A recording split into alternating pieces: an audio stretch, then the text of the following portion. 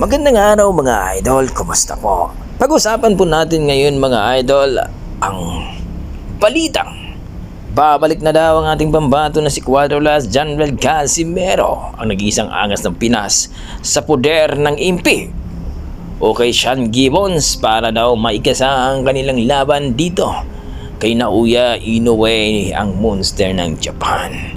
Yan ang ating pag-uusapan ngayon mga idol, pero kung bago kayo sa aking YouTube channel, baka pwede makahingi ng isang like, subscribe at pag-pindot na rin ang ating notification bell para ma-update kayo sa ating mga bagong video na katulad nito. Well mga idol, ayon nga sa mga balita na kung saan ay babalik na daw ang ating pambato dito sa tinaguriang INPI President na si Sean Gibbons para daw may kasahang labang Naoya Inoue versus Casimero, sapagkat alam daw ng karamihan na itong si Sean Gibbons ay business partner itong si Mr. Honda.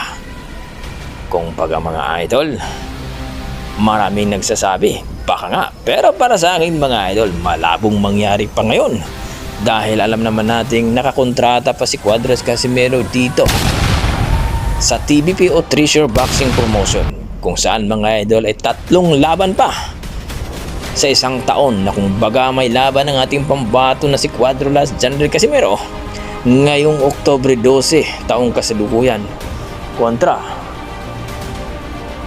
kay Yokoneri Ogoni ng Japan.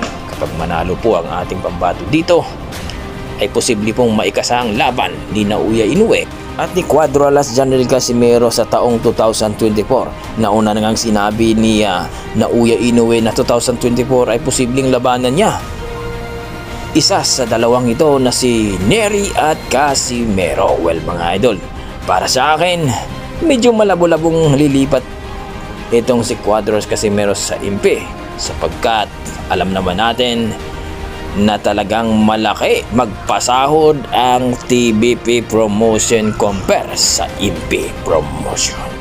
Kayo mga idol, anong masasabi nyo sa ating video? Posible bang babalik si Cuadrolas General Casimero sa INPI? I-komento mo na sa baba mga idol para ating pag-uusapan. Maraming salamat.